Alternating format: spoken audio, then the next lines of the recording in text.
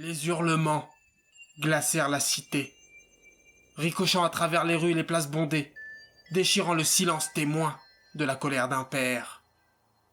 Le corps du paysan pourrissait là, où les bêtes sauvages et autres insectes putrides pouvaient se régaler de sa chair. Dans quelques jours, son corps ne sera plus qu'excrément. Le pauvre homme ne put emporter dans sa mort le périple qui l'amena jusqu'au palais. Il ne put taire ce que le roi désirait. Où était Ilim? Le souverain se devait d'être fort et mettre un terme à ce conflit.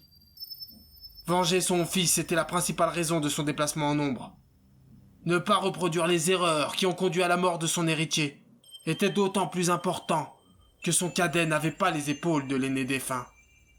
Son deuxième enfant n'était en rien guerrier et ne se revendiquait pas de l'être, à la différence totale de son frère et de son père. Dès son plus jeune âge, Iras avait renié les préceptes des dieux jumeaux, ne voyant de plaisir que dans les privilèges que lui accordait son rang, s'évertuant à éviter tout ce qui pouvait se rapprocher de près ou de loin à un conflit. Les passes d'armes et autres trivialités, qui n'avaient comme seul intérêt d'exacerber la part bestiale en chacun, le répugnaient, préférant à bien des égards le voyage et la découverte d'autres cultures. Voyage qui ne lui était accessible qu'à travers son imaginaire, les livres et autres récits qui lui en étaient faits.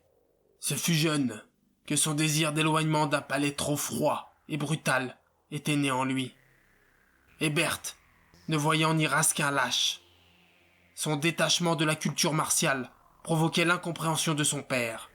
Seule sa mère, sachant son fils condamné au supplice éternel, s'il persévérait dans son déni des préceptes divins, cherchait désespérément qu'il embrasse la voie des dieux. La solitude et le rejet au sein même de la cour le consumaient, petit à petit. Alors que la fuite aurait été possible, qu'il aurait pu à tout instant abandonner son rôle, emportant or et argent suffisant pour une existence d'errance. Il ne fut jamais rien. Le seul voyage qu'il accomplit fut d'accompagner son vieux père, venger un frère qui au final n'en était pas vraiment un. Lui qui s'était senti toujours étranger au pouvoir familial, se retrouve propulsé à endosser des responsabilités qui l'ancrent à un trône de pierre dont toute envie de fuite ne pourra plus être qu'un simple désir vagabond. Ne devriez-vous pas être auprès de mère? La question fut formulée à voix basse. Le prince hésitant avait conscience de l'idiotie de son interrogation. Du moins, il en connaissait déjà la réponse.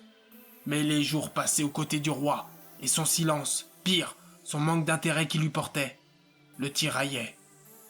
Combien même il avait nullement hésité à accompagner son seigneur dans ce périple vengeur. Et ce, sans qu'il ne lui soit rien demandé.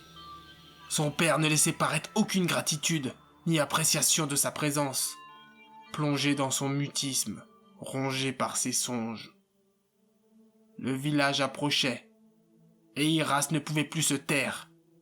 Le risque d'entendre des reproches ou autres invectives valait mieux qu'une seconde de plus d'un silence à la limite de l'insultant. Sa question fut sans réponse. Le prince fixait le dos de son père Tanguan, accompagnant les mouvements réguliers de son destrier. « Père !» Iras interpella son souverain, avec tout le courage et la confiance que lui avait apporté la colère. Ce fut de courte durée. Les troupes se figea, au même instant que le roi. D'un coup de reine, il fit volte-face. La force soudaine éprouvée par Iras s'effondra. Ta mère rassemble les cendres de ton frère, et mes peintres s'appliquent à retracer les traits des Berthes sur la grande fresque familiale, aux côtés de nos illustres ancêtres, là où l'emplacement m'avait été réservé. Le visage ferme, le regard perçant, le roi dévisageait son fils avec défi. Que veux-tu que je fasse d'autre?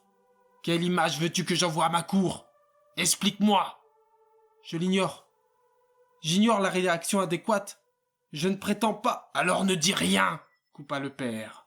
J'aurais pu accomplir ce voyage et venger mon frère en votre nom, vous laissant le soin d'accomplir les rites funéraires qui lui sont dus. Ces mêmes rites que tu t'amuses à bafouer. Tu te penses, derrière les épais murs de nos enceintes, être à l'abri du courroux des dieux, tes vertus ont expliqué à ceux qui t'écoutent qu'ils ne sont que la création de l'homme. Regarde ces mêmes hommes autour de toi. Le souverain fit un large geste de ses bras. Regarde ton frère, nos ennemis. Crois-tu que tous, et ceux depuis la nuit des temps, ont eu le choix? As-tu le choix? Nous sommes faits ainsi. Nous nous devons d'être ainsi. Violents, brutal, sans pitié. J'ai cru en autre chose. Le roi se tut un instant. Les dieux me l'ont rappelé. Vous me repoussez par crainte que mon hérésie vous condamne? Tu n'es pas un guerrier, et tu ne seras jamais. Le vieil homme grimaça à ces mots. Les dire fut aussi douloureux que les entendre. Mais tu vas devenir roi. Tu te dois d'apprendre, et vite. Profite de ce moment pour t'enhardir, ou tu ne survivras pas, et tous les efforts que ton grand-père avant moi et ton frère ont faits seront vains. Le roi reprit le mouvement, tournant le dos à son fils. D'un coup ferme au destrier, il accéléra le pas, s'éloignant de l'héritier resté figé. « Vous ne répondez pas, murmura-t-il.